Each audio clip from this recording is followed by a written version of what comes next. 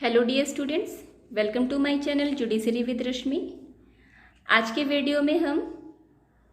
भारतीय दंड संहिता 1860, Indian penal code 1860 के अध्याय 19 और अध्याय 20 के बारे में बात करने वाले हैं।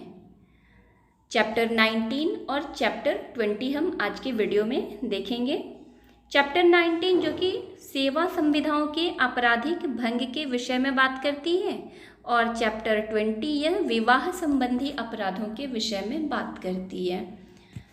चैप्टर 18 तक आप पढ़ना चाहते हैं तो चैनल के प्लेलिस्ट में जाके सारे वीडियोस के माध्यम से आप सेक्शन 1 से लेकर सेक्शन 489 और 489 के खंड ABCDE वो सारे मैंने बहुत ही डिटेल में पढ़ा रखे हैं। आप चैनल के प्लेलिस्ट पे जाइए, सारे वीडियोस ओपन करिए और पेन पेपर हाइलाइटर के साथ अपना नोट्स तैयार करिए। यदि अभी तक आपने नोट्स बनाना शुरू नहीं किया है तो आप एक बार फिर से सारे वीडियोस को देखिए और अपने नोट्स ज़रूर तैयार करिए। नोट्स क्यों बनाना है, कैसे बनाना है, ये क्यों बनाना है ये तो आपको पता ही है कि कंपटीशन में नोट्स का क्या रोल होता है, और कैसे बनाना है इसके लिए आप बिल्कुल परेशान मत होइए। आप सेक्शन 1 से मैंने जितने भी वीडियोस बना रखे हैं वो सारे वीडियो लेक्चर आप सुनिए और उसे नोट करते हुए जाइए। उसमें जो भी मैंने एक्स्ट्रा पॉइंट्स और एक्सप्लेनेशन बताए हुए हैं, जो भी मैंने केस लॉज बताया हुआ है, जो मैंने वर्ड्स की वहाँ पे मीनिंगफुल व्याख्या की हुई है, तो उसे आप नोट करते हुए जाइए और आप देखेंगे कि आपका सेक्शन 1 से लेकर के जैसे जैसे सेक्शंस आपका आगे बढ़ रहा है, आपका नोट्स आपको खुद समझ में आने लगेगा कि आपके लिए कितना इम्पोर्टेंट होता जा रहा है। तो चलते हैं, हम चैप्टर 19 देखते हैं जो कि सेक्शन 490, जिसमें समुद्र यात्रा या यात्रा के दौरान सेवा भंग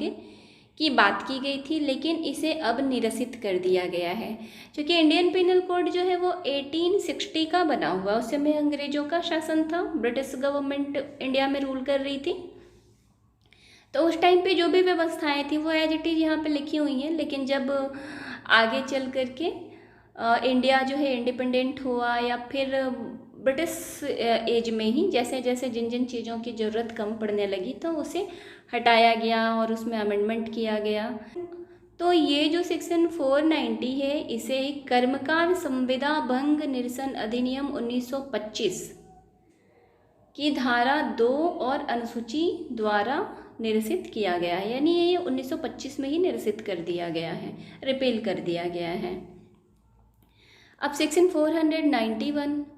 यह असहाय व्यक्ति की परिचर्या करने की और उसके आवश्यकताओं की पूर्ति करने की संविदा का भंग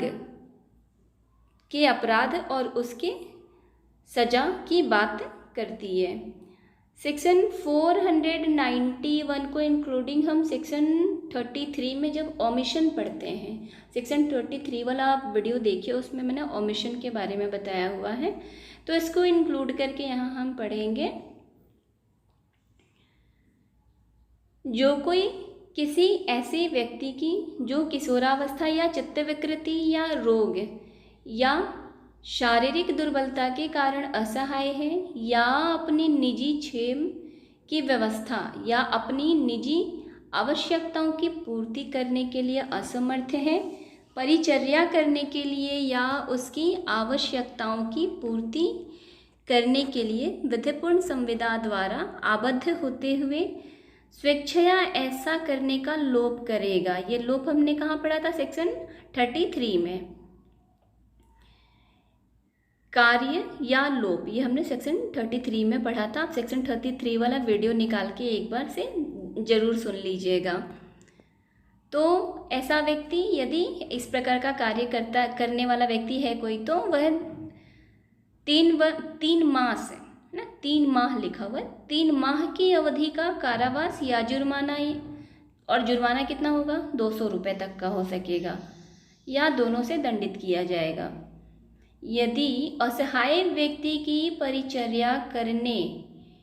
की और उसकी आवश्यकताओं की पूर्ति करने की किसी व्यक्ति ने संविदा की है और वह उस संविदा का भंग करता है या स्वेच्छया लोप करता है, तो उसे 3 मास तक की अवधि का कारावास या 200 रुपये तक के जुर्माने से दंडित किया जाएगा या दोनों से दंडित किया जाएगा। सेक्शन 492 यह भी रिफिल्ड कर दिया गया है। अध्याय 20 जो कि विवाह संबंधी अपराधों के बारे में बात करती है। इसमें सेक्शन 493 विधिपूर्ण विवाह का प्रवंचना से विश्वास उत्प्रेरित करने वाले पुरुष द्वारा कारित सहवास, यदि ऐसा कोई अपराध करने वाला व्यक्ति है, पुरुष है, तो वह ध्यान रखना है कि यह सजा जो होगी वह पुरुष को होगी। विधिपूर्ण विवाह का प्रवंचना करता है, ठीक है, और इस प्रवंचना से विश्वास उत्प्रेरित करके वह किसी महिला के साथ सहवास करता है तो उसे 10 वर्ष तक के कारावास, जो कि कठोर और सादा दोनों भांति का हो सकता है, तो 10 वर्ष तक का कारावास और जुर्माने दोनों से दंडित किया जाएगा। सेक्शन 494 यह पति या पत्नी के जीवन काल में पुनः विवाह करने के अपराध की बात करता है कि यदि किसी व्यक्ति का पति या पत्नी जीवित है और उसके जीवित रहते ही उसके जीवन काल में जो दूसरा पार्टनर है वह दूसरा विवाह किसी अन्य पुरुष या महिला के साथ कर लेता है। सेक्शन 494 यह पति या पत्नी के जीवन काल में पुनः विवाह कर लेने के अपराध से संबंधित है कि यदि कोई पति या पत्नी के जीवित होते हुए ऐसी दशा में विवाह करेगा जिसमें ऐसा विवाह इस कारण शून्य है कि वह ऐसे पति या पत्नी के जीवन काल में होता है, वह दोनों में से किसी भांति के कारावास से जिसकी अवधि 7 वर्ष तक की हो सकेगी दंडित किया जाएगा और जुर्माने से भी दंडनीय होगा। पति या पत्नी जीवित है और उसके जीवित रहते हुए जो दूसरा पार्टनर है वह किसी अन्य व्यक्ति के साथ विवाह कर लेता है तो वह पुनः विवाह का अपराध करेगा और उसके लिए 7 वर्ष तक की अवधि का कारावास है और जुर्माना दोनों से दंड की व्यवस्था की गई है। इसके लिए एक्सेप्शन भी है। अपवाद के अनुसार धारा 494 का विस्तार किसी ऐसे व्यक्ति पर नहीं है जिसका ऐसे पति या पत्नी के साथ विवाह सक्षम अधिकारिता के न्यायालय द्वारा शून्य घोषित कर दिया गया है। यदि वह विवाह शून्य घोषित कर दिया गया है तो फिर वह पुनः विवाह करने के लिए स्वतंत्र है। लेकिन अगर सक्षम अधिकारिता के न्यायालय द्वारा शून्य घोषित नहीं किया गया है तो ऐसी अवस्था में किया गया पुनः विवाह द्विविवाह का अपराध होगा। अपवाद के अनुसार जो दूसरा पॉइंट है वह यह कि ऐसे व्यक्ति पर जो पूर्व पति या पत्नी के जीवन काल में विवाह कर लेता है, यदि ऐसा पति या पत्नी उस पश्चातवर्ती विवाह के समय ऐसे व्यक्ति से 7 वर्ष तक निरंतर अनुपस्थित रहा हो और उस काल के भीतर ऐसे व्यक्ति ने यह नहीं सुना हो कि वह जीवित है, परंतु यह तब जबकि ऐसा पश्चातवर्ती विवाह करने वाला व्यक्ति उस विवाह के होने से पूर्व उस व्यक्ति को जिसके साथ ऐसा विवाह होता है तथ्यों की वास्तविक स्थिति की जानकारी जहाँ तक कि उनका ज्ञान उसको हो दे दे। यह ऐसी स्थिति है कि यदि कोई पति या पत्नी है और उसका पार्टनर यानी किसी का पति या पत्नी जो कि 7 वर्ष से लापता है, निरंतर उसके जीवन से अनुपस्थित है और उसके बारे में पूरी तरीके से पता लगाया जा चुका है, उसका कोई सुराग नहीं मिलता, उसके बारे में कोई इन्फॉर्मेशन नहीं मिलती और ऐसी अवस्था को 7 वर्ष पार हो जाते हैं, तब वह व्यक्ति 7 वर्ष तक उस व्यक्ति का इंतज़ार करने के बाद, लेकिन 7 वर्ष तक इंतज़ार करने का मतलब ये नहीं है कि उसके बारे में कुछ पता ही नहीं लगाया और ऐसे ही बस 7 वर्ष तक इंतज़ार कर लिया, नहीं, 7 वर्ष तक उसके बारे में पूरी संभावना जहाँ तक हो सकती है उसके जीवित रहने की, उसके बारे में वह पूरा पता लगा लिया और उसके जीवित रहने का कोई प्रमाण नहीं मिलता है, उसके मृत होने का भी कोई प्रमाण नहीं मिलता है, ये भी है, धारा 494 का जो अपवाद है वो ये भी बताती है कि 7 वर्ष तक मृत होने का प्रमाण मिला या नहीं मिला छोड़ दो, उसके जीवित रहने का कोई प्रमाण नहीं मिलता है ना। तो ऐसी स्थिति में 7 वर्ष के पश्चात वह व्यक्ति जो है वह दूसरा विवाह कर सकता है। तो पुनः विवाह का अपराधी द्विविवाह, तो उसके द्वारा किया गया वह पुनः विवाह द्विविवाह का अपराध नहीं होगा।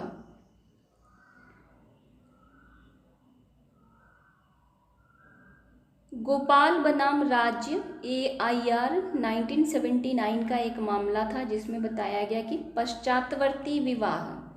चाहे सभी आवश्यक अनुष्ठानों का पालन करते हुए किया गया हो, यदि वह हिंदू विवाह अधिनियम 1955 की धारा 17 के तहत शून्य है तो यह नहीं कहा जाएगा कि अभियुक्त धारा 464 के अधीन, धारा 494 के अधीन दोषी है। यदि हिंदू विवाह अधिनियम 1955 की धारा 17 के तहत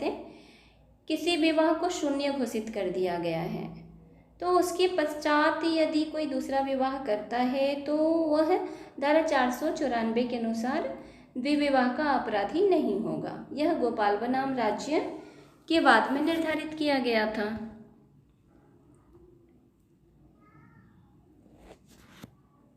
द्विविवाह को साबित करने के लिए तथ्यतः उसे गठित करने वाले आवश्यक समारोह को साबित किया जाना चाहिए, और यदि समुदाय में प्रचलित समारोह तथा प्रथा का अनुसरण करके द्वितीय विवाह किया गया साबित नहीं किया जाता तो धारा 494 के अधीन दोष सिद्धि नहीं की जानी चाहिए। रजाथी बनाम G गणेशन 1999 के मामले में यह बात कही गई थी।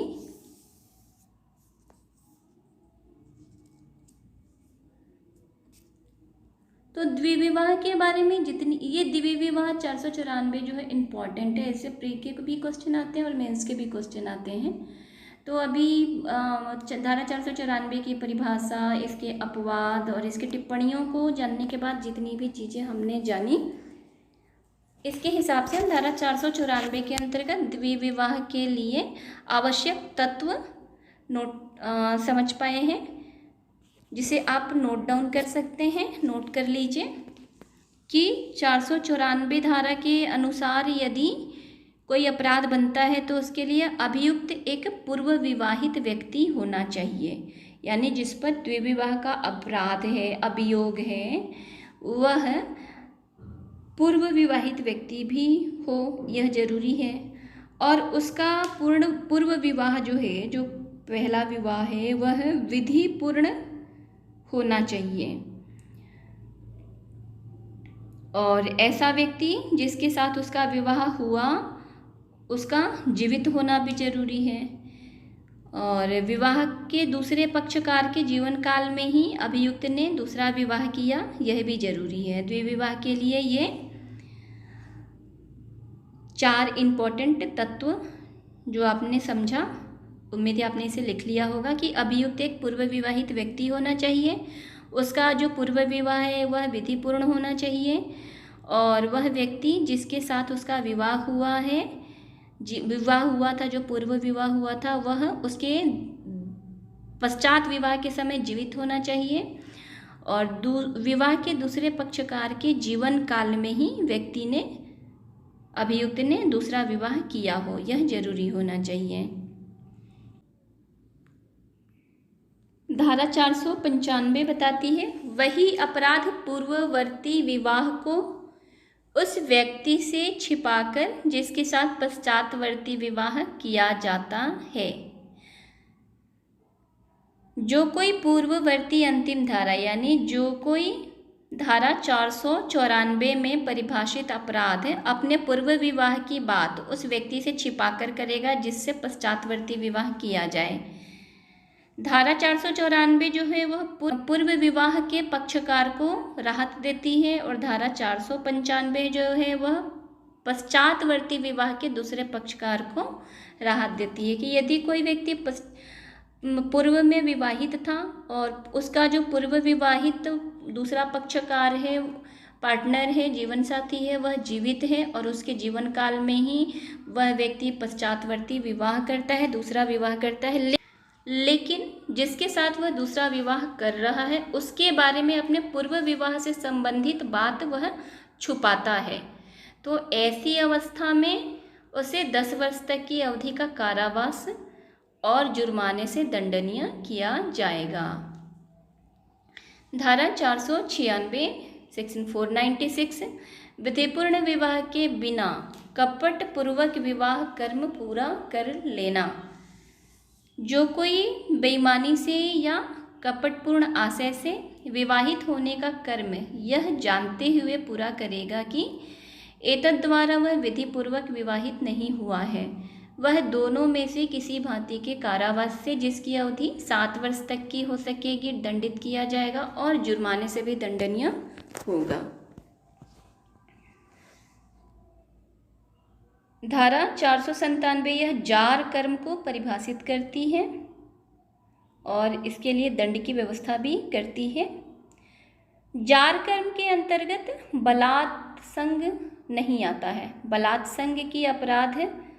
की कोटि में यह जार कर्म नहीं आता है। जार कर्म अलग हो गया। कोई व्यक्ति ऐसे व्यक्ति के साथ जो किसी अन्य पुरुष की पत्नी है, उसके साथ वह जानते हुए कि वह किसी अन्य पुरुष की पत्नी है संबंध स्थापित करता है, तो वह जार कर्म के अपराध का दोषी होगा और जार कर्म के अपराध का दोषी भी पुरुष ही होगा और उसके लिए उसे 5 वर्ष तक की अवधि का कारावास या जुर्माना या दोनों से दंडित किया जाएगा। ऐसे मामले में वह जो जार कर्म करने वाला व्यक्ति है वह जिस महिला के साथ संबंध स्थापित कर रहा है वह महिला दोषी नहीं होगी। यानी कोई विवाहित पत्नी किसी अन्य पुरुष के साथ संबंध में आती है तो वह पत्नी दुष्प्रेरक के रूप में दंडनीय नहीं होगी। वह जो अन्य पुरुष है वह यह जानकर कि वह महिला किसी अन्य पुरुष की पत्नी है, जानते हुए अगर वह उसके साथ संबंध स्थापित करेगा तो वह जार कर्म का दोषी होगा और उसे दंडित किया जा सकेगा। धारा 498 यह विवाहित स्त्री को आपराधिक आशय से फुसलाकर ले जाना या निरुद्ध रखना के अपराध के विषय में बात करती है। जो कोई किसी स्त्री को जो किसी अन्य पुरुष की पत्नी है और जिसका किसी अन्य पुरुष की पत्नी होना वह जानता है या जानने का विश्वास करने का कारण रखता है और ऐसी स्थिति में भी वह उस विवाहिता स्त्री को आपराधिक आशय से फुसलाकर ले जाता है या उसे निरुद्ध रखता है या उसके साथ फुसलाकर संबंध स्थापित करता है, तो या संबंध स्थापित करने के आशय से ऐसी स्त्री को वह छुपाकर निरुद्ध रखता है, तो धारा 498 के अनुसार वह अपराधी होगा और उसे 2 वर्ष तक की अवधि के कारावास या जुर्माने या दोनों से दंडित किया जा सकेगा। Joseph versus union of India का केस है, इससे संबंधित धारा 498 से संबंधित आप इसे नोट डाउन कर लेंगे। ये बहुत फेमस केस है। Joseph versus union of India, Joseph बनाम भारत संघ, धारा 498 से संबंधित है। धारा 498 में पत्नी के प्रति क्रूरता के लिए दोष सिद्धि की बात की गई है। जब यह साबित कि अभियुक्त पति या पत्नी की मृत्यु के लिए उत्तरदायी था,